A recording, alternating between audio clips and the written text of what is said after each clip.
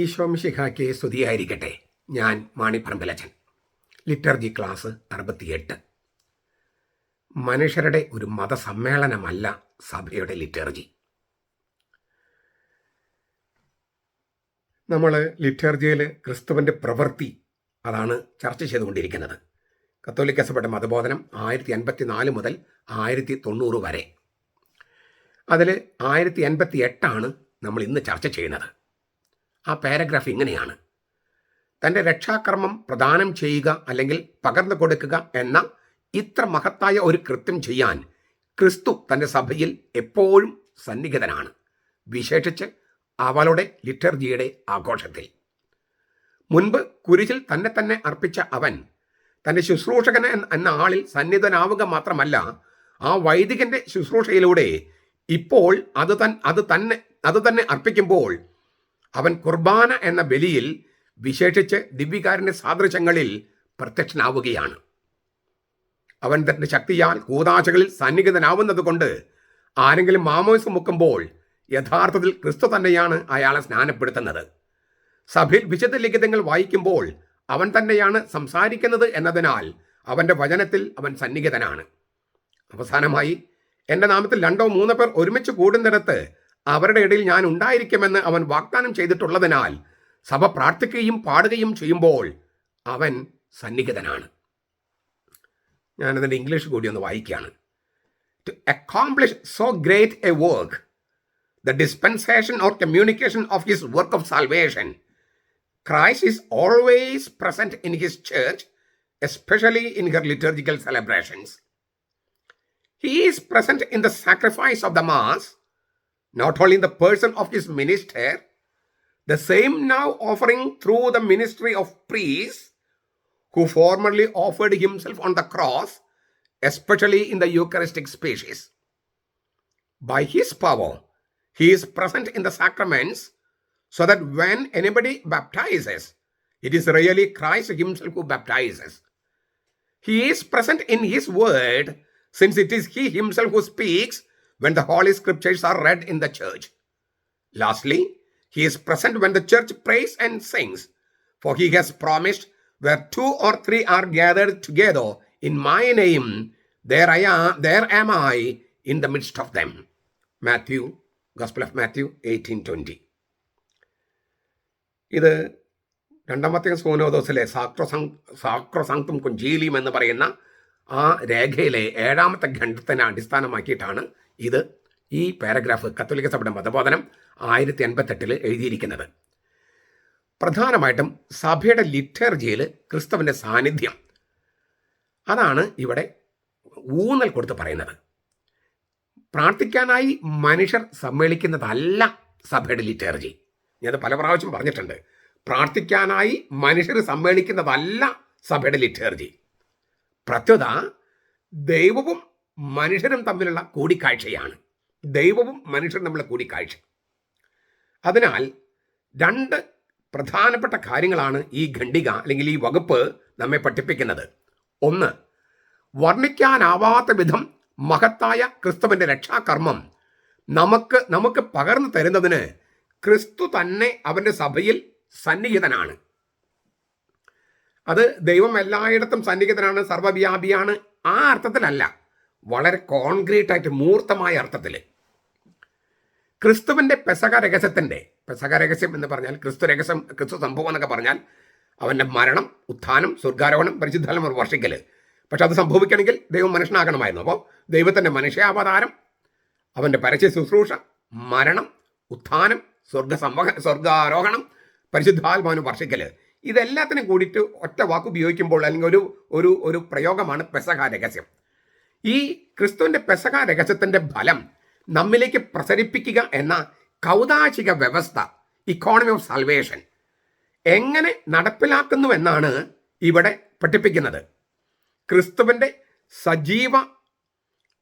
ക്രിസ്തു സഭയിൽ സജീവമായി ഹാജരായിക്കൊണ്ട് എന്നാണ് അതിനുള്ള ഒറ്റ വാക്കിൽ പറഞ്ഞ ഉത്തരം.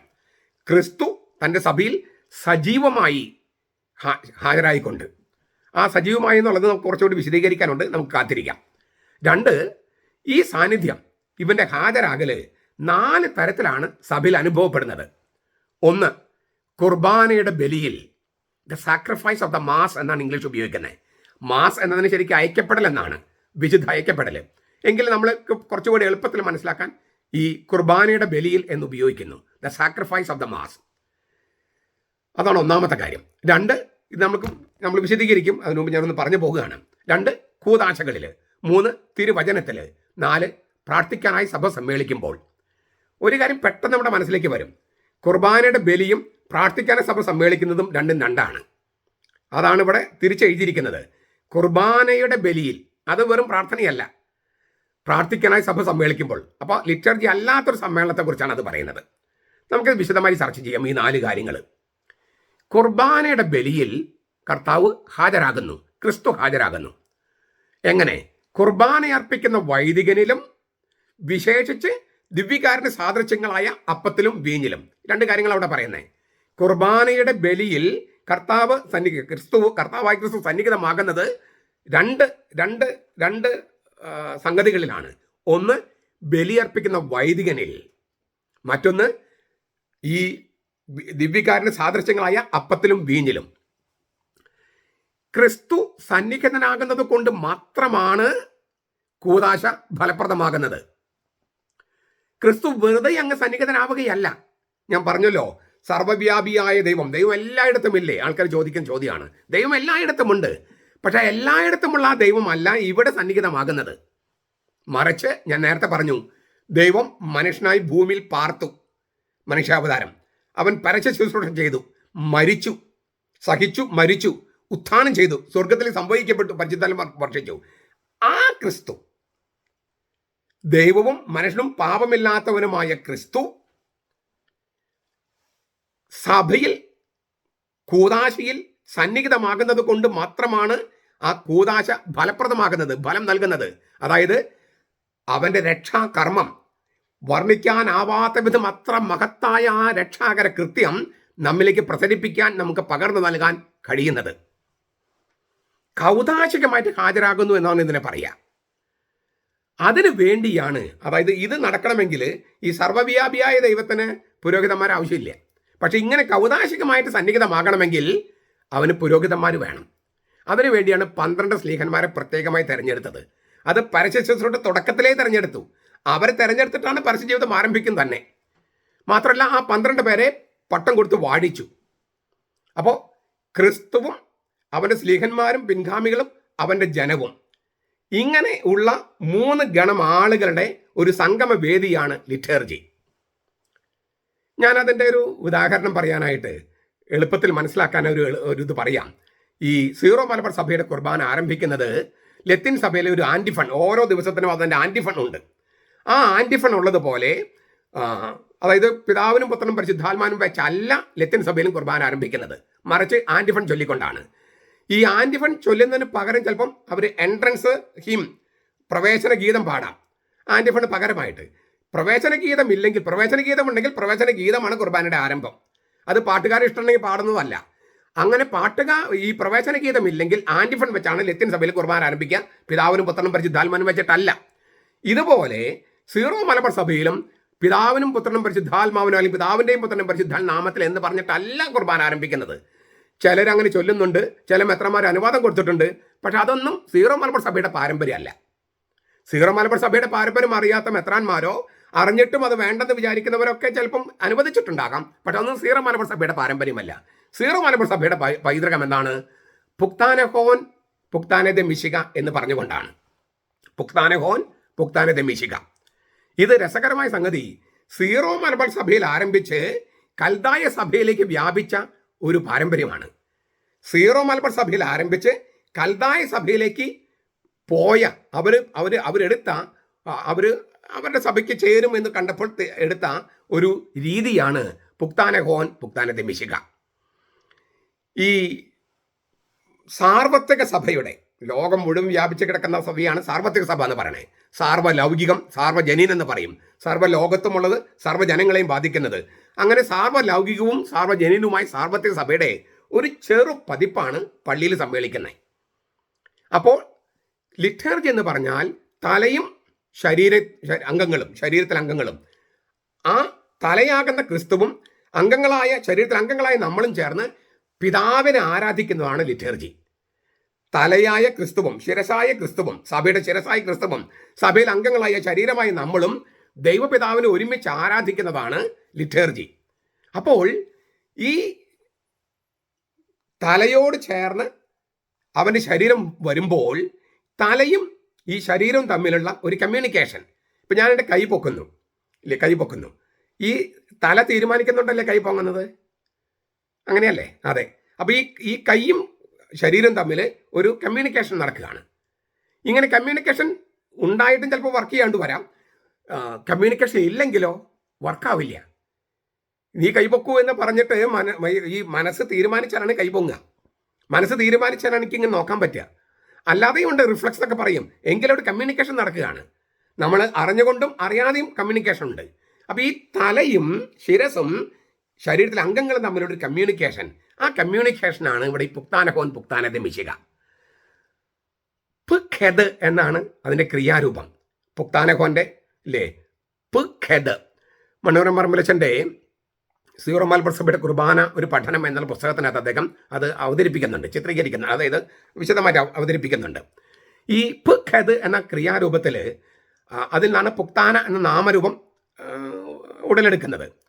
ഈ പുഖെദ് എന്നതിൻ്റെ ശരിക്കർത്ഥം ഉടമ്പടിയാൽ ബന്ധിക്കപ്പെട്ടു എന്നാണ്, അല്ലെങ്കിൽ കൽപ്പന ലഭിച്ചു, അല്ലെങ്കിൽ ചേർന്ന് നിന്നു, ഇങ്ങനെയൊക്കെയാണ് ഈ ക്രിയാരൂപത്തിൻ്റെ അർത്ഥം. പുഖെദ്, അതിൽ നിന്ന് പുക്താന. ക്രിസ്തു എന്ന മഹാപുരോഹിതന് വേണ്ടി കാർമികൻ ഇവിടെ ഈ ജനങ്ങളുമായിട്ടുള്ള ഒരു കമ്മ്യൂണിക്കേഷൻ, ഒരു സംവദിക്കൽ നടക്കുകയാണ്. നിങ്ങൾ ആരോടാണ് ഉടമ്പടിയാൽ ബന്ധിക്കപ്പെട്ടിരിക്കുന്നത്? നിങ്ങൾ ആരോടാണ് ഈ പുതിയ ഉടമ്പടിയാൽ ബന്ധിക്കപ്പെട്ടിരിക്കുന്നത്? പുതിയ ഉടമ്പടിയാണല്ലോ വിശുദ്ധ കുർബാന. പുതിയ ഉടമ്പടി എന്ന വാക്ക് ഈശോ മിശിഹ ഉപയോഗിച്ചത് കുർബാനയുമായിട്ട് ബന്ധപ്പെട്ട് മാത്രമാണ്. പുതിയ നിയമം എടുത്തു നോക്കിയാൽ അറിയാം. അല്ലെങ്കിൽ ഈ ഉടമ്പടി വഴി നീ ആരുടെ കൽപ്പനയ്ക്ക് വിധേയപ്പെട്ടാണ് നിൽക്കുന്നത്? നീ ആരോടാണ് ചേർന്ന് നിൽക്കുന്നത്? നീ അല്ലെങ്കിൽ നിങ്ങൾ ആരോടും ചേർന്ന് നിൽക്കുന്നത്? നിങ്ങൾ ആര് നൽകിയ കൽപ്പനയാണ് അനുസരിക്കുന്നത്? അതായത് എൻ്റെ ഓർമ്മയ്ക്കായി ചെയ്യുവൻ എന്ന കൽപ്പന അല്ലേ അത്? ആ കൽപ്പന അനുസരിച്ച്, അപ്പോൾ ആ കൽപ്പന നൽകിയത് ആരാണ്? നീ ആരുടെ കൽപ്പന അനുസരിച്ചാണ് ഇവിടെ വന്നിരിക്കുന്നത്? ആരുള്ള വിശ്വാസമാണ് നീ സ്വീകരിച്ചിരിക്കുന്നത്? അപ്പോൾ നിങ്ങൾ എന്തുകൊണ്ടാണ് ഇവിടെ വന്നിരിക്കുന്നത്? അനുവാദം ചോദിക്കുകയല്ല, ഒരു കമ്മ്യൂണിക്കേഷൻ. അപ്പോൾ സമൂഹം പ്രതിവചിക്കുകയാണ്, ഞങ്ങൾ മിശിഹായോട് പുതിയ ഉടമ്പടിയാൽ ബന്ധിക്കപ്പെട്ടിരിക്കുന്നു. ഞങ്ങൾ അവിടുത്തെ കൽപ്പനയോട് വിധേയത്വം പുലർത്തുന്നു. ഞങ്ങൾ അവനിൽ വിശ്വസിക്കുന്നു. ഇതെൻ്റെ ഓർമ്മയ്ക്കായി ചെയ്യുവൻ എന്ന അവിടുത്തെ കൽപ്പന അനുസരിച്ചാണ് ഞങ്ങളും അങ്ങും ഇവിടെ സന്നിഹിതമായിരിക്കുന്നത്. അങ്ങും ശുശ്രൂഷ പൗരോഹിത്യമുള്ള അങ്ങും രാജകീയ പൗരോഹിത്യമുള്ള ഞങ്ങളും ഒരേ ക്രിസ്തു എന്ന മഹാപുരോഹിതന്റെ പൗരോഹിത്യത്തിൽ പങ്കുചേർന്ന് ഇത് നിങ്ങൾ എൻ്റെ ഓർമ്മയ്ക്കായി ചെയ്യുവനെന്ന അവൻ്റെ കൽപ്പന പാലിക്കാൻ വേണ്ടി ഇവിടെ വന്നിരിക്കുകയാണ്. പുക്താനത മിശിഹയുടെ കൽപ്പന അനുസരിച്ചാണ് അങ്ങും ഞങ്ങളും ഇവിടെ ആയിരിക്കുന്നത്. അപ്പം ഒരു ആ സാർവത്രിക സഭ മുഴുവൻ മിശിഹായും ഇല്ലേ, ശിരസായ മിശിഹായോടുള്ള വിധേയത്വവും അവൻ്റെ കൽപ്പനയുള്ള വിധേയത്വവും അവൻ്റെ പുതിയ ഉടമ്പടിയിൽ ചേർന്നിരിക്കലും അവനോട് ചേർന്നിരിക്കാൻ വേണ്ടി വന്നിരിക്കുന്നു അവൻ്റെ കൽപ്പന പ്രകാരം എന്നാണ്. ഈ ഓർമ്മ ഇല്ലേ, ഓർമ്മയ്ക്കായി ചെയ്യുവൻ, പെട്ടെന്ന് പറയുമ്പോൾ തെറ്റിദ്ധരിക്കാതിരിക്കാൻ പല പ്രാവശ്യം പറഞ്ഞിട്ടുള്ളത് ഒന്നുകൂടി ആവർത്തിക്കുക. ഇതെൻ്റെ ഓർമ്മയ്ക്കായി ചെയ്യുവൻ എന്ന് പറഞ്ഞത് അന്ത്യത്താഴത്തില. പക്ഷെ അന്ത്യത്താഴത്തിൻ്റെ ഓർമ്മയല്ല ആചരിക്കേണ്ടത്, മറിച്ച് കുരിശിലെ ബലിയാണ്. പൗലോസ് അത് 1 കൊരിന്ത്യർ 11 പറയുന്നുണ്ട്, നമ്മൾ ഈ അപ്പം മുറിക്കുമ്പോഴെല്ലാം, ഈ പാനപാത്രം ആശീർവദിക്കുമ്പോഴെല്ലാം അവൻ്റെ മരണമാണല്ലോ അവൻ്റെ പ്രത്യാഗമനം വരെ പ്രഖ്യാപിക്കുന്നത്. മരണമാണ് പ്രഖ്യാപിക്കുന്നത്. മരണവും ഉത്ഥാനവും സ്വർഗ്ഗാരോഹണവും എല്ലാം കൂടി പെസഹ രഹസ്യമാണ് പ്രഖ്യാപിക്കുന്നത്, അന്ത്യത്താഴത്തിൻ്റെ ഓർമ്മയല്ല. അപ്പോൾ ഈ അന്ത്യത്താഴത്തിൽ തന്നെ കുരിശിലെ ബലിയുടെ മുന്നാസ്വാദനമാണ്. ചിന്തപ്പെടുന്ന രക്തം, നിങ്ങൾക്ക് വേണ്ടി ചിന്തപ്പെടുന്ന രക്തം, ചിന്തപ്പെട്ടത് പിറ്റേ ദിവസമാണ്. നിങ്ങൾക്ക് വേണ്ടി മുറിക്കപ്പെടുന്ന ശരീരം, മുറിക്കപ്പെട്ടത് പിറ്റേ ദിവസമാണ്. അപ്പോൾ കുരിശിലെ ബലിയുടെ മുന്നാസ്വാദനമായിരുന്നു അന്ത്യത്താഴത്തിൽ.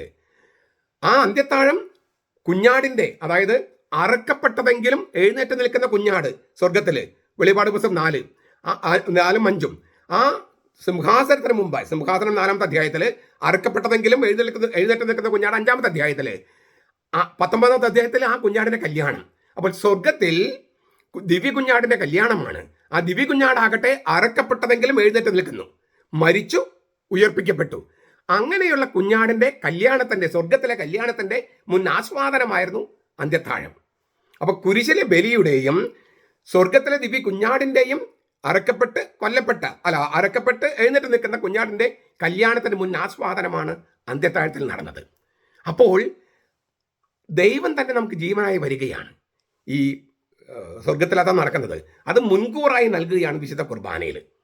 ചുരുക്കത്തിൽ ഈ പറഞ്ഞ രണ്ട് കാര്യങ്ങൾ, അതായത് കുരിശിലെ ബലിയുടെ മുൻ ആസ്വാദനമായ അന്ത്യത്താഴവും സ്വർഗത്തിലെ ദിവ്യകുഞ്ഞാടിന്റെ കല്യാണമായ ആ ദിവ്യകുഞ്ഞാട് അറക്കപ്പെട്ടു, പക്ഷെ എഴുന്നേറ്റ് നിൽക്കുന്നു. ആ കുഞ്ഞാടിന്റെ ദിവ്യകുഞ്ഞാടിന്റെ കല്യാണത്തിന്റെ മുൻ ആസ്വാദനമായ അന്ത്യത്താഴം, അതിലൂടെ കർത്താവ് തന്നെ നമുക്ക് നൽകുകയാണ്. തൻ്റെ ജീവൻ തന്നെ, തൻ്റെ പ്രാണൻ തന്നെ നമുക്ക് നൽകുകയാണ്. ഇങ്ങനെ തരുന്ന മിശിഹായുടെ വിശ്വാസമാണ്, ആ പുതിയ ഉടമ്പടിയാണ്, യേശുവെന്ന ആളുടെ ഹൃദയത്തിൽ എഴുതപ്പെട്ട പുതിയ ഉടമ്പടിയാണ്. ആ ഉടമ്പടിയിലാണ് ഞങ്ങൾ ചേർന്ന് നിൽക്കുന്നത്. അവനുള്ള വിശ്വാസമാണ് ഞങ്ങളോട് വരുത്തിയത്. അവൻ്റെ കൽപ്പനയോടുള്ള വിധേയത്വമാണ് ഞങ്ങളിവിടെ പ്രകടിപ്പിക്കുന്നത്. അങ്ങും അതിനുവേണ്ടി വന്നിരിക്കുന്നതാണ്. അപ്പോൾ അങ്ങും ഞങ്ങളും വന്നിരിക്കുന്നത് ഒറ്റ കാര്യത്തിനാണ്. എന്താണ്? മിശിഹായുടെ കൽപ്പനയനുസരിച്ച്.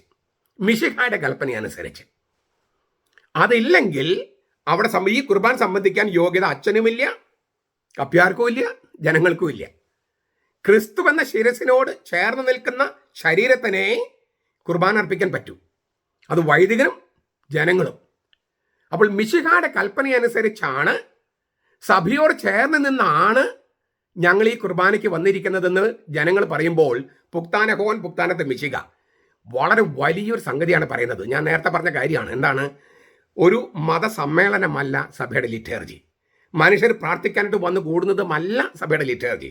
മറിച്ച് ദൈവപിതാവിനെ ശരിക്കും ആരാധിക്കാൻ പിതൃൻ തമ്പുരാൻ എന്ന ശിരസിനോട് ചേർന്ന് സാർവത്രിക സഭ മുഴുവൻ സന്നിഹിതമാവുകയും ആ ശിരസിന്റെ കൽപ്പനയനുസരിച്ച് ശരീരം മുഴുവൻ പ്രവർത്തിക്കുകയും ചെയ്യുന്ന ഒരു കൂടിക്കാഴ്ച, ദൈവ മനുഷ്യ കൂടിക്കാഴ്ചയാണ് ലിറ്റേർജി. അതിൽ ദൈവം തന്നെ, ഈ കൂടിക്കാഴ്ച നടത്താൻ വരുന്നവർക്ക് ദൈവം തന്നെ തൻ്റെ പ്രാണൻ കൊടുക്കുന്നതാണ് ലിറ്റേർജി. അതിനാൽ ദിവ്യകുഞ്ഞാടിന്റെ മണവാട്ടിയായ സഭയുമായി ഐക്യത്തിൽ വർത്തിക്കുന്നവർക്ക് മാത്രമേ ഈ ഐക്യത്തിന്റെ കൂതാശയിൽ പങ്കുകൊള്ളാൻ കഴിയൂ.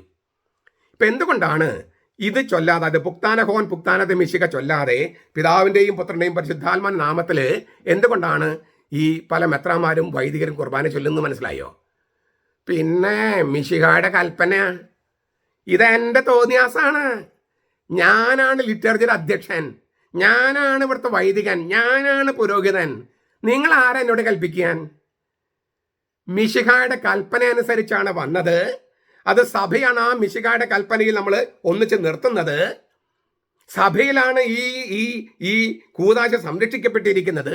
ഈ വക കാര്യങ്ങൾ അംഗീകരിക്കാനുള്ള മനസ്സില്ലായ്മ, ഈഗോ, ഞാനാണ് ലിറ്റർജിയുടെ അധ്യക്ഷൻ എന്ന അഹങ്കാരം ഒരു കൂട്ടർക്ക്, ഞാനാണ് ശുശ്രൂഷ പുരോഹിതൻ എന്നുള്ള അഹങ്കാരം, ഈഗോ വേറൊരു കൂട്ടർക്ക്. അപ്പോൾ ജനങ്ങളുമായിട്ടുള്ള ഈ സംവദിക്കല്, അതായത് മിശിഹായുടെ കൽപ്പന, അവൻ്റെ ഉടമ്പടിയോട് ബന്ധപ്പെട്ടിരിക്കുക, അവൻ്റെ കൽപ്പനയോട് ചേർന്ന് നിൽക്കുക, അവൻ്റെ കൽപ്പനയ്ക്ക് വിധേയപ്പെട്ട് നിൽക്കുക, ആ കൽപ്പന സംരക്ഷിക്കപ്പെട്ടിരിക്കുന്ന സഭയിൽ വിധേയപ്പെട്ട് നിൽക്കുക. ഈ ഒരു അന്തരീക്ഷം സൃഷ്ടിക്കാൻ അവരാഗ്രഹിക്കുന്നില്ല. ജനങ്ങളെ അവർ മുഖവിലയ്ക്ക് എടുക്കുന്നില്ല. ജനങ്ങളുടെ വിശ്വാസത്തെയോ അവർ ഉടമ്പടിയിൽ ചേർന്ന് നിൽക്കുന്നതിനെയോ അവർ കർത്താവിൻ്റെ കൽപ്പനയോട് വിധേയപ്പെട്ട് നിൽക്കുന്നതിനെയോ കർത്താവിൻ്റെ വിശ്വാസത്തെയോ കർത്താവിൻ്റെ കൽപ്പന തന്നെയോ അവർ ഗൗനിക്കുന്നില്ല. മറിച്ച് അവർക്കെല്ലാം കിട്ടിക്കഴിഞ്ഞു, അവർക്കെല്ലാം അധികാരമുണ്ട് എന്നുള്ള ഒരു വാശി, അത് ചിലപ്പം അറിഞ്ഞുകൊണ്ടാകണമെന്നില്ല. പക്ഷെ ഇതാണ് ഈ പുറകിലുള്ള പശ്ചാത്തലത്തിൽ കിടക്കുന്നത്. അതുകൊണ്ടാണ് പിതാവിൻ്റെയും പുത്രൻ്റെയും, നിങ്ങളുടെ അനുവാദത്തിൻ്റെ ആവശ്യമില്ല, ഇത് അനുവാദം ചോദിക്കലൊന്നും അല്ല. പക്ഷെ ഞാൻ നേരത്തെ പറഞ്ഞല്ലോ, ഈ ശിരസും ശരീരത്തിലെ അംഗങ്ങൾ തമ്മിൽ ഒരു കമ്മ്യൂണിക്കേഷൻ നടക്കണം. ആ കമ്മ്യൂണിക്കേഷൻ ഇല്ലെങ്കിൽ സഹകരണം ഉണ്ടാകില്ല. ആ സഭയും തലയും തമ്മിലുള്ള ആ സഹകരണമാണ് ആദ്യം മിശിഹായുടെ കൽപ്പനയനുസരിച്ച് നമുക്ക് ചെയ്യാം എന്നുള്ള ആ സംഗതി ചെയ്യാതെ നേരെ പിതാവിൻ്റെയും പുത്രൻ്റെയും പരിശുദ്ധാത്മാവിനെ തുടങ്ങുന്നത്.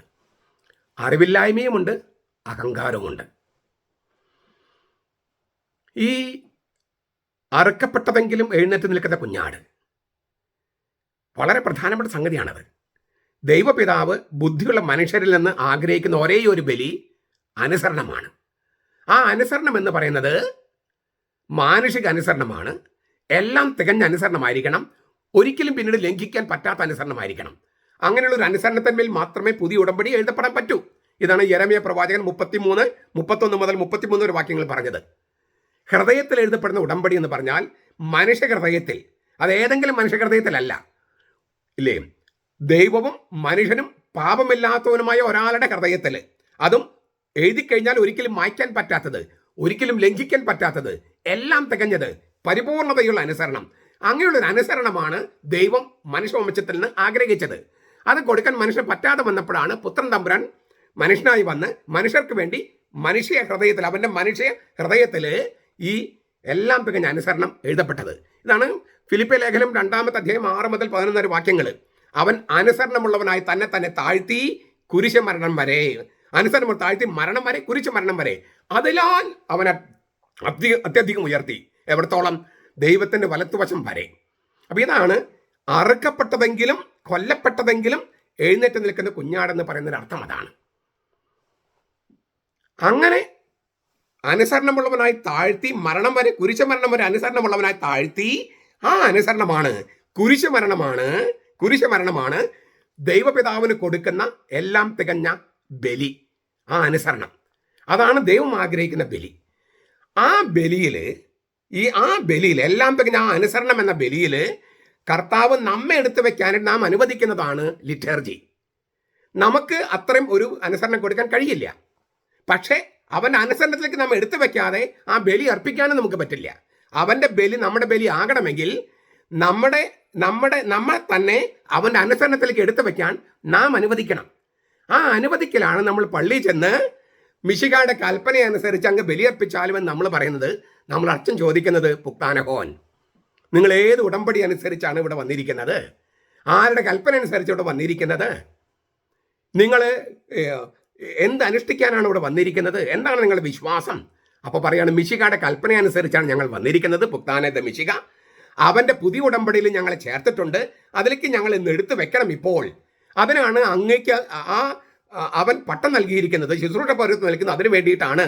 അതുകൊണ്ട് അങ്ങ് അവൻ്റെ കൽപ്പന അനുസരിച്ച് അവൻ്റെ വചനം, അവൻ്റെ റൂഹായി വിളിച്ച് അവനെ നാളിൽ നിന്നുകൊണ്ട് ചെയ്യൂ. ഇതാണ് മിശിഹ അങ്ങയോട് പറഞ്ഞിരിക്കുന്നത്, ഞങ്ങളോട് പറഞ്ഞിരിക്കുന്നത്.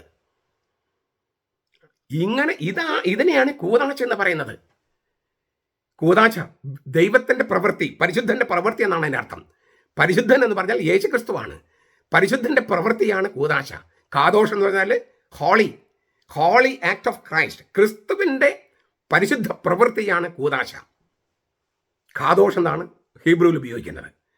ഈ ക്രിസ്തു എന്ന ആളിൽ നിന്നുകൊണ്ട് ക്രിസ്തുവിൻ്റെ പ്രവൃത്തി ലോകാവസാനം വരെ ചെയ്യാനാണ് അവൻ വൈദികരെ പുരോഹിതന്മാരായി വാഴിക്കുന്നത്. അതെവിടെയാണ് നമ്മൾ കാണുന്നത്? യോഹന്നാന്റെ സുവിശേഷം 17-ാം അധ്യായം 17-19 വാക്യങ്ങൾ.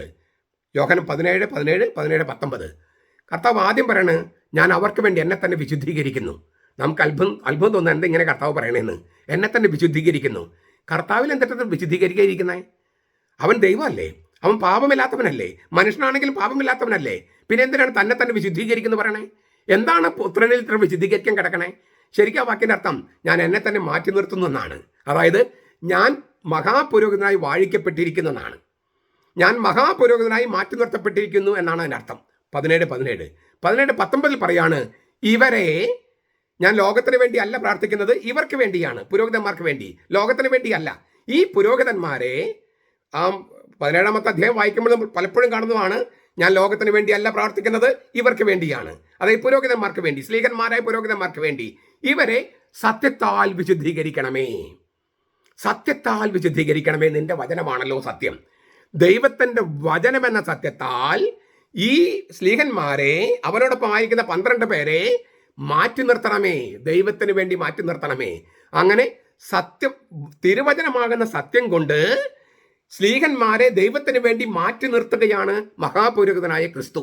അങ്ങനെ വൈദികനെ വാഴിക്കുകയാണ്. ഇതാണ് അന്ത്യത്താഴത്തിൻ്റെ ആദ്യത്തെ ഭാഗം. 2-ാമത്തെ ഭാഗത്താണ് വിശുദ്ധ കുർബാന സ്ഥാപിക്കുന്നത്. ആദ്യം ഇവർ പുരോഹിതന്മാരെ വാഴിക്കുക ചെയ്തത്. അന്ത്യത്താഴത്തിന് 2 ഭാഗമുണ്ടല്ലോ. 1-ാമത്തെ ഭാഗത്ത് ഈ സ്ലീഹന്മാരെ പുരോഹിതന്മാരായി വാഴിക്കുകയാണ്. അതുകൊണ്ട് ഈ പ്രാർത്ഥനയെ മഹാപുരോഹിത പ്രാർത്ഥന എന്നാണ് പറയുന്നത്. മഹാപുരോഹിത പ്രാർത്ഥന എന്ന പേരിട്ടത് ഒരു പ്രൊട്ടക്ഷനുകാരനാണെന്ന് കൂടി ഓർക്കണേ. നമ്മുടെ ബെനഡിക്ട് മാർപ്പാപ്പയുടെ നസറത്തിൽ യേശു 3 വോള്യം ഞാനത് മലയാളത്തിൽ തർജ്ജമ ചെയ്തിട്ടുണ്ട്. നിങ്ങൾക്കത് വായിച്ച് നോക്കാം. 2ാമത്തെ വോള്യത്തിൽ മഹാപുരോഹിത പ്രാർത്ഥനയുടെ ചരിത്രം മുഴുവൻ കൊടുത്തിട്ടുണ്ട്. ഇതാണ് ഈ 1ാമത്തെ കാര്യം, അതായത് the sacrifice of the mass. കുർബാന എന്ന ബലിയിൽ കർത്താവ് എങ്ങനെ സന്നിഹിതമാകുന്നു, അതിനുവേണ്ടി അവൻ പുരോഹിതം വാഴിച്ചത് എങ്ങനെ, ഈ കാര്യങ്ങളാണ്. അത് ഈ ശുശ്രൂഷ പുരോഹിതനും രാജകീയ പൗരത്വം കിട്ടുന്നത് തമ്മിലുള്ള ഒരു കമ്മ്യൂണിക്കേഷൻ കുർബാനയിൽ നടക്കുന്നു. കാരണം മിശിഹായുടെ കൽപ്പന അനുസരിച്ചാണ് ഇരുകൂട്ടരും വന്നിരിക്കുന്നത്. ആ മിശിഹായുടെ കൽപ്പന സംരക്ഷിക്കപ്പെടുന്ന സഭയിലാണ്. അപ്പോൾ സഭയോട് ഐക്യപ്പെട്ട് മിശിഹായുടെ കൽപ്പനയ്ക്ക് വിധേയമായി പ്രവർത്തിക്കുന്നവർക്കാണ് ക്രിസ്തു എന്ന ആളിൽ നിന്നുകൊണ്ട് പ്രവർത്തിക്കാൻ പറ്റുക. അപ്പോൾ ഈ പുരോഹിതൻ എന്ന ആളിലും വിശിഷ്യ ഈ അപ്പവും വീഞ്ഞും എന്ന സാദൃശ്യങ്ങളിലും ദിവ്യകാര സാദൃശ്യങ്ങളിലും ക്രിസ്തു സന്നിഹിതമാകുന്നു. പുരോഹിതൻ എന്ന ആളിലും പിന്നെ ഈ കുർബാനയിലും 2 പേരിലും സന്നിഹിതമാകുന്നു. ആ തിരുവചനം അങ്ങനെയാണ്, അല്ലോ ഈ ഖണ്ഡം അങ്ങനെയാണ്. ഞാനിതുകൊണ്ടാണ് കഴിഞ്ഞ ദിവസം പറഞ്ഞത്, ഈ ദൈവകൃപയുടെ സിംഹാസനമാണ് വൈദികന്റെ കരങ്ങൾ. ഇല്ലേ, തലയിൽ കൈവച്ച് പ്രാർത്ഥിക്കുന്നു, ഇങ്ങനെയല്ലേ പ്രാർത്ഥിക്കുന്നത്? നമ്മൾ തൈലം പൂശുന്നു, കുർബാന അർപ്പിക്കുന്നു. കരങ്ങളെക്കുറിച്ച് ഞാൻ വലിയൊരു ധ്യാനം തന്നെ നടത്തിയിട്ടുണ്ട് കഴിഞ്ഞ ആഴ്ചയിൽ. അപ്പോൾ പുരോഹിതന്റെ കരങ്ങളാണ് ദൈവകൃപയുടെ സിംഹാസനം എന്ന് ഞാൻ പറഞ്ഞത്. അതേക്കുറിച്ച് എനിക്ക് ഒരാളെനിക്കൊരു സന്ദേശം ഇട്ടു, അച്ഛൻ എന്തൊരു ആഴമേറിയ വാക്കാണ് അച്ഛൻ ഉപയോഗിച്ചെന്ന് പറഞ്ഞിട്ട്. അപ്പോൾ ശരിക്കും ഞാൻ ഉപയോഗിച്ച വാക്കല്ല, അത് ബെനഡിക്ട് മാർപ്പാപ്പ ഉപയോഗിച്ച വാക്കാണ്. ദൈവകൃപയുടെ സിംഹാസനമാണ് പുരോഹിതന്റെ കരങ്ങൾ. അപ്പോൾ ആ കരങ്ങൾ വഴി പരിശുദ്ധാത്മനെ ഇറക്കിക്കൊണ്ട് വരുമ്പോൾ വൈദികനിലും ക്രിസ്തുവിൻ്റെ സാന്നിധ്യം ഒരു പ്രത്യേക തരത്തിൽ രൂപപ്പെടുകയാണ്. മറ്റെല്ലാവരിലുള്ളത് പോലെയല്ല. ഇതാണ് ഈ ഘട്ടത്തിൽ 1ാമത്തെ കാര്യം. 2ാമത്തെ കാര്യം പറയുന്നത്, കൂദാശകളിൽ ക്രിസ്തു നേരിട്ടാണ് പ്രവർത്തിക്കുന്നത്. ഉദാഹരണം അവിടെ എഴുതിയിട്ടുണ്ട്. പരിശുദ്ധ തൃത്വത്തിന്റെ നാമത്തിലേക്ക് ആരെങ്കിലും സ്നാനപ്പെടുത്തുമ്പോൾ ക്രിസ്തു തന്നെയാണ് അയാളെ മാമോദിസം മുക്കുന്നത്. ക്രിസ്തു തന്നെയാണ്. അതായത് അവന്റെ തുറന്നു കിടക്കുന്ന പാർശ്വത്തിൽ നിന്നൊഴുകിയ ജീവജലത്താലും ജീവരക്തത്താലും, അതാണ് നമ്മൾ 3 കൂദാശകൾ ഒരുമിച്ച് പരികർമ്മം ചെയ്യുന്നത്, മാമോദിസ, സ്ഥൈര്യലേപനം, കുർബാന. ആ കൂദാശകളിലൂടെ കർത്താവിന് തുറന്നു കിടക്കുന്ന പാർശ്വത്തിൽ തോമാസ് ലഗായെ ഒട്ടിച്ച് ചേർത്തതുപോലെ ഇപ്പോൾ ഒട്ടിച്ച് ചേർക്കുന്നത്. അതുകൊണ്ട് കർത്താവിൻ്റെ തിരുവിലാവിൽ നിന്ന് ഒഴുകുന്ന വെള്ളമാണ് നമ്മുടെ മേത്ത് വീഴുന്നത്. പുഴയിലെ വെള്ളമല്ല, നദിയിലെ വെള്ളമല്ല, പമ്പയിലും പെരിയാറിലെയും ഭാരതപ്പുഴയിലെയും ഗംഗയിലെയും യമുനയിലെയും വെള്ളമല്ല, കാവേരിയിലെ വെള്ളമല്ല, ക്രിസ്തുവിൻ്റെ പാർശ്വത്തൊഴുകിയ ജീവജലം. അത് കിട്ടുന്നതും ഞാൻ മുമ്പ് പറഞ്ഞിട്ടുള്ളതാണ്, ഈ ശുശ്രൂഷ പൗരോഹിത്യം എന്ന് പറയുന്ന കൗദാശിക പിന്തുടർച്ചയിലാണ്, അല്ലെങ്കിൽ ശ്ലൈഹിക പിന്തുടർച്ചയിലാണ്. അപ്പോഴാണ് ഈ ജീവജലം കിട്ടുള്ളൂ. അപ്പോൾ ഒരാളെ മാമോദിസം മുക്കുമ്പോൾ ക്രിസ്തു തന്നെയാണ് നേരിട്ട് മുക്കുന്നത്. ക്രിസ്തുവിൻ്റെ പാർശ്വത്തിൽ ഒഴുകിയ വെള്ളമാണ് അവർ തലയിൽ വീഴുന്നത്. അവിടെയാണ് അവൻ ഒട്ടിച്ച് ചേർക്കുന്നത്, തോമാസ്ലി ഒട്ടിച്ച് ചേർത്തതുപോലെ. അങ്ങനെയാണ് നാം സാക്ഷാൽ മുന്തിരിവള്ളിയായ അവൻ്റെ ശാഖയായി മാറുന്നത്, അല്ലാതെ മാറില്ല. റോമാലേഖനം 11 പറയുന്നത് നാം ഈ അവൻ ഒലിവാണ്, നമ്മൾ അവൻ്റെ ഒലിവിൻ്റെ അല്ലേ ശാഖയായിട്ട് ഒട്ടിച്ച് ചേർത്തുന്നതാണ്. കാട്ടൊലിവായി നമ്മൾ അവൻ്റെ ആ ഒലിവ് മരത്തിൽ, യേശുക്രിസ്തു എന്ന ഒലിവ് മരത്തിൽ ഒട്ടിച്ച് ചേർത്തതാണ് റോമാലേഖനം 11 പറയുന്നത്. അതുപോലെ തന്നെ ഇപ്പോൾ ക്രിസ്തുവിൻ്റെ നാമത്തിൽ വൈദികൻ പാപം മോചിക്കുമ്പോൾ ക്രിസ്തു നേരിട്ടാണ് മോചിക്കുന്നത്. അതുകൊണ്ടാണ് ഞാൻ നമ്മുടെ കൂദാശകളിൽ പരിശുദ്ധ തൃത്വത്തിൽ 3 ആളുകളുമായിട്ടുള്ളൊരു കൂടിക്കാഴ്ചയുണ്ട്. ഈ ധൂർത്തപുത്രൻ തിരിച്ചു വന്നപ്പോൾ അവനെ മേൽത്തരം വസ്ത്രം ധരിപ്പിക്കാനാണ് അപ്പം പറഞ്ഞത്.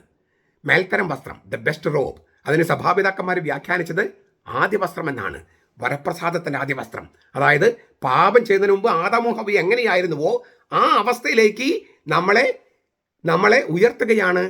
ഈ മാലാഖമാർക്ക് കൽപ്പന കൊടുക്കുകയാണ്, പിതാവ് ആദ്യ വസ്ത്രം ധരിപ്പിക്കുക. അപ്പോൾ പിതാവ് നമ്മെ ആദ്യ വസ്ത്രം ധരിപ്പിക്കുന്നു, ആ കൽപ്പന കൊടുക്കുന്നു, മാലാഖമാർ അത് ചെയ്യുന്നു. പുത്രൻ നമ്മുടെ പാപങ്ങൾ ക്ഷമിക്കുന്നു, ഞാനും തന്നെ വിധിക്കുന്നില്ലേ, പൊയ്ക്കോ, മേലിൽ പാപം ചെയ്യരുത്. അപ്പോൾ പരിശുദ്ധാത്മ നമ്മിലേക്ക് വരുന്നു. ആ പരിശുദ്ധാത്മൻ്റെ ആവാസത്തെയാണ് അഭിഷേകം എന്ന് പറയുന്നത്. പരിശുദ്ധാത്മൻ്റെ ആവാസത്തെയാണ് അഭിഷേകം എന്ന് പറയുന്നത്. പരിശുദ്ധ തൃത്വത്തിൽ 3 ആളുകളുമായുള്ള കൂടിക്കാഴ്ചയാണ് കുമ്പസാരം. അത് നമ്മുടെ പാപങ്ങൾ ഏറ്റുപറഞ്ഞ് നമ്മുടെ നാണം കെടുന്ന ഒരു രംഗം മാത്രമല്ല. തീർച്ചയായിട്ടും ഒരു നാണക്കേടുണ്ട്. നമ്മൾ കർത്താവിന് ചേർന്ന വിധം ജീവിച്ചില്ല എന്നൊരു ഭാരം നമുക്കുണ്ട്. പക്ഷെ ആ ഭാരം നമ്മൾ അവിടെ ഇറക്കി വെക്കുകയാണ്. ഫ്രാൻസിസ് മാർപ്പാപ്പ ഇതിങ്ങനെ ആവർത്തിച്ച് പറഞ്ഞിട്ടുണ്ട്, ക്ഷമിക്കുന്നതിൽ കർത്താവിന് മടുപ്പില്ല. നമുക്ക് നമ്മുടെ വീടുകളിൽ നോക്കിയാൽ കുട്ടികൾ എന്തുമാത്രം വികൃതി കാണിക്കുന്നു, മാതാപിതാക്കൾ വല്ല മടുപ്പുണ്ടോ? അവരത് ആസ്വദിക്കുകയാണ്. കുറുമ്പും ഒക്കെ അത് സ്നേഹത്തിൻ്റെ ഒരു ഭാഗമാണത്.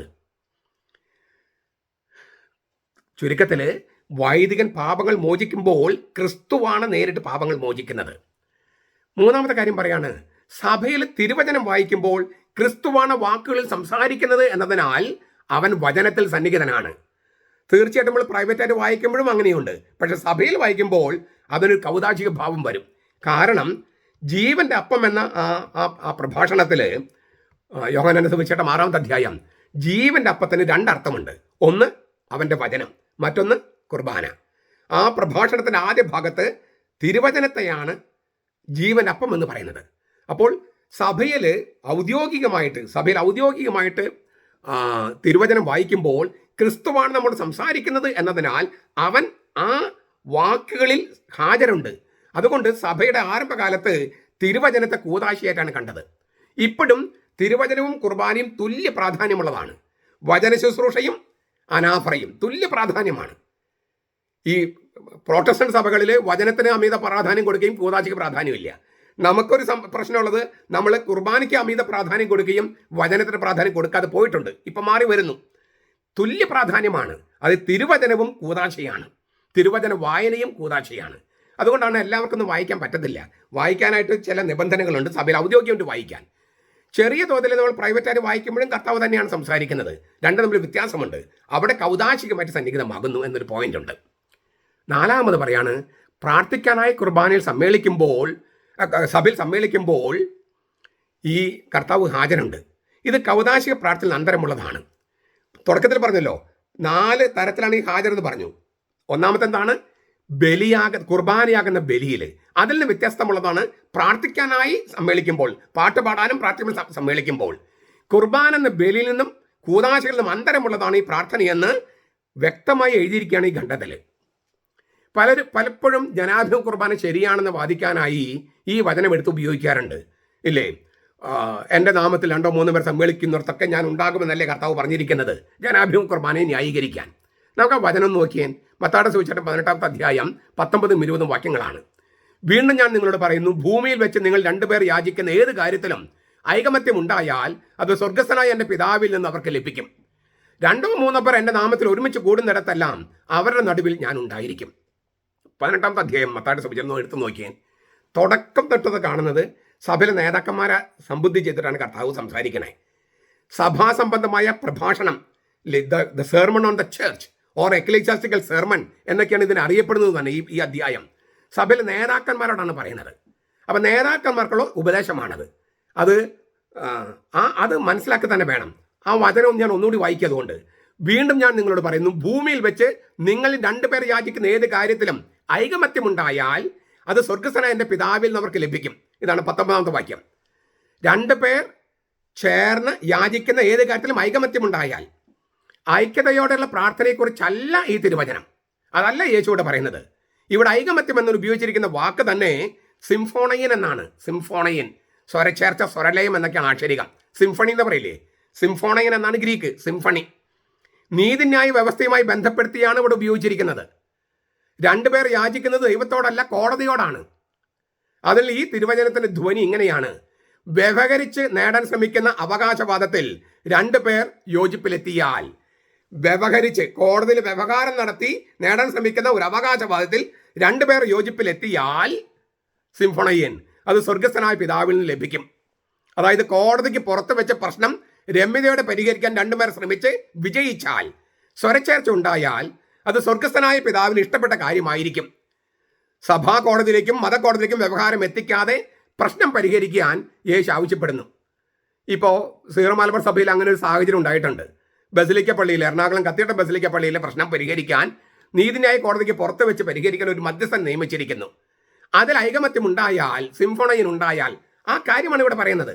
ഇതെൻ്റെ വ്യാഖ്യാനമല്ല. നിങ്ങൾ നല്ല വ്യാഖ്യാന പുസ്തകങ്ങൾ എടുത്ത് നോക്കൂ, അവിടെ കാണാം. ഇത് മാണിപ്പുറച്ച് ഉണ്ടാക്കി വളച്ചു കെട്ടി വ്യാഖ്യാനിക്കുന്നതല്ല. ഇത് കഴിഞ്ഞിട്ട് പറയുകയാണ്, 2-3 പേർ എൻ്റെ നാമത്തിൽ ഒരുമിച്ച് കൂടുന്നിടത്തെല്ലാം. ഈ കോടതിക്ക് പുറത്ത് വെച്ച് രമ്യമായി തീരുമാനമെടുക്കാനായിട്ട് നിങ്ങൾ ശ്രമിക്കണമെന്ന് പറഞ്ഞിട്ട് പിന്നെ പറയും 2 പേർ ഒരുമിച്ച് എൻ്റെ നാമത്തിൽ ഒരുമിച്ച് കൂടുന്നത്. അതതിൻ്റെ അർത്ഥം തീരുമാനമെടുക്കാനായി സഭാ നേതൃത്വം യേശുവിൻ്റെ നാമത്തിൽ സമ്മേളിച്ചാൽ, വളരെ പ്രധാനപ്പെട്ടതാണ്, തീരുമാനമെടുക്കാനായി സഭാ നേതൃത്വം യേശുവിന്റെ നാമത്തിൽ സമ്മേളിക്കുന്നെങ്കിൽ ആ സമ്മേളനത്തിൽ അവന്റെ സാന്നിധ്യം ഉണ്ടാകും. ഈ അധ്യായത്തിൽ മുഴുവൻ സഭാ നേതൃത്വത്തിനാണ് നിർദ്ദേശം എന്ന് ഞാൻ പറഞ്ഞു കഴിഞ്ഞു. ഇപ്പോഴത്തെ ഭാഷയിൽ പറയുകയാണെങ്കിൽ സിനഡ്, സൂനോദോസ് ഇല്ലേ തുടങ്ങിയ കാര്യങ്ങളിൽ അവര് കാര്യം കോടതിയിലേക്ക് എത്തിക്കാതെ സഭാ നേതൃത്വം സിനഡിൽ എന്ത് തീരുമാനിക്കണം, സൂനോദോസ് എന്ത് തീരുമാനിക്കണം എന്നാണ് കർത്താവ് പറയണേ. സഭാപിതാക്കന്മാർ ലത്തീനിൽ അതിനെ വിശേഷിപ്പിച്ചത് ഇങ്ങനെയാണ്: ഊബി ത്രേസ് ഈബി എക്ലേസിയ. എവിടെ 3 പേരുണ്ടോ അവിടെ സഭയുണ്ടെന്നാണ്. ഊബി ത്രേസ് ഈബി എക്ലേസിയ. എവിടെ 3 പേരുണ്ടോ അവിടെ സഭയുണ്ട്. വെറുതെ 3 പേർ ഒരുമിച്ച് കൂടിയാൽ സഭയുണ്ടാകില്ല. യേശുവിന്റെ നാമത്തിൽ യേശുവിന് വേണ്ടി ഒത്തുകൂടുന്ന 3 പേരുടെ ഒരുമയിൽ യേശുവിന്റെ സാന്നിധ്യമുണ്ട്. അത് സഭയായിട്ട് മാറും. തീർച്ചയായിട്ടും പ്രാർത്ഥിക്കാൻ വേണ്ടി ഉപയോഗിക്കാം, പക്ഷെ ആ അർത്ഥത്തിലല്ല ഇവിടെ ഉപയോഗിച്ചിരിക്കുന്നത്. എവിടെയിരുന്നും 2-3 പേര് പ്രാർത്ഥിച്ചാൽ അവിടെ കർത്താവ് സന്നിധമാകും. അതുകൊണ്ട് അച്ഛന്മാരും വേണ്ട, കപ്പ്യാരും വേണ്ട, പള്ളിയും വേണ്ട, കൂതാശം വേണ്ട, ലിറ്റർജിയും വേണ്ട, മുഖത്തോട് മുഖം നോക്കിയിരുന്ന് പ്രാർത്ഥിച്ചാൽ അവിടെ കുർബാനയാകും എന്നൊക്കെ വ്യാഖ്യാനിച്ചാൽ, ജനാഭിമുഖ കുർബാനയ്ക്ക് ഇത് ന്യായമായിട്ട് വ്യാഖ്യാനിച്ചാൽ അത് ഈ യേശു പറഞ്ഞ വചനത്തിന് അർത്ഥമാകില്ല. മത്തായിയുടെ സുവിശേഷം 18-ാമത്തെ അധ്യായം 19-20 വാക്യങ്ങളുടെ അർത്ഥമാകില്ല. തീർച്ചയായിട്ടും പ്രാർത്ഥിക്കേണ്ട 2-3 പേർക്ക് ഒരുമിച്ച് കൂടാൻ യേശുവിന്റെ നാമത്തിൽ, പക്ഷെ അത് കൂതാശയാകില്ല. കൂതാശയാകണമെങ്കിൽ ഞാൻ നേരത്തെ പറഞ്ഞ കാര്യങ്ങളൊക്കെ വേണം. ചുരുക്കത്തിൽ എത്രയോ മനോഹരമായ സംഗതികളാണ് ഈ ലിറ്റർജിയെക്കുറിച്ചുള്ള ഈ ഖണ്ഡത്തിൽ പറഞ്ഞിരിക്കുന്നത്. വളരെ ഗംഭീരമായ സന്ദേശമാണ്, ഇന്നും കാലികമാണ്.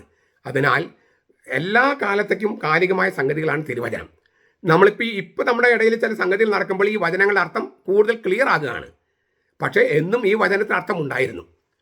നമുക്ക് ഈ എന്താണ് ലിറ്റർജി, എന്താണ് കൂതാശ, എന്താണ് മറ്റ് സാന്നിധ്യങ്ങൾ, കർത്താവിൻ്റെ സാന്നിധ്യത്തിൻ്റെ ഹാജരാകുന്നതിൻ്റെ രീതികൾ, ഇതെല്ലാം, പിന്നെ ഈ ലിറ്റർജിയുടെ സമ്പന്നത, ആഴം, ഗഹനത എല്ലാം മനസ്സിലാക്കി ലിറ്റർജിയിൽ പങ്കെടുക്കാൻ, ദൈവവുമായുള്ള കൂടിക്കാഴ്ച നടത്താൻ. അത് വെറും കൂടിക്കാഴ്ചയല്ല, സാധാരണ ഒരു ധ്യാനത്തിലെ കൂടിക്കാഴ്ചയല്ല, മറിച്ച് അവൻ നമ്മുടെ അടുത്തേക്ക് വരികയും നാം അവൻ്റെ അടുത്തേക്ക് പോവുകയും അവൻ തൻ്റെ ജീവൻ തന്നെ പ്രാണൻ തന്നെ നമുക്ക് തന്ന് നമ്മളുമായി ഒന്നാവുകയും ചെയ്യുന്ന, ഇതിനേക്കാൾ മഹത്തായ ഒരു സ്നേഹമില്ലാത്ത അവസ്ഥയിൽ ഒരേ ജീവനായി മാറുന്ന അവസ്ഥയാണ് ലിറ്റർജി. അതിൽ മനസ്സോടെ ഹൃദയത്തോടെ സംബന്ധിക്കാൻ ഈ പഠനം സഹായിക്കട്ടെ. നമ്മുടെ കർത്താവ് ഈശോ മിശിഹായുടെ കൃപയും പിതാവായ ദൈവത്തിൻ്റെ സ്നേഹവും പരിശുദ്ധാത്മാവിൻ്റെ സഹവാസവും നാം എല്ലാവരോടും കൂടി ഉണ്ടായിരിക്കട്ടെ, ഇപ്പോഴും എപ്പോഴും എന്നേക്കും. ആമേൻ.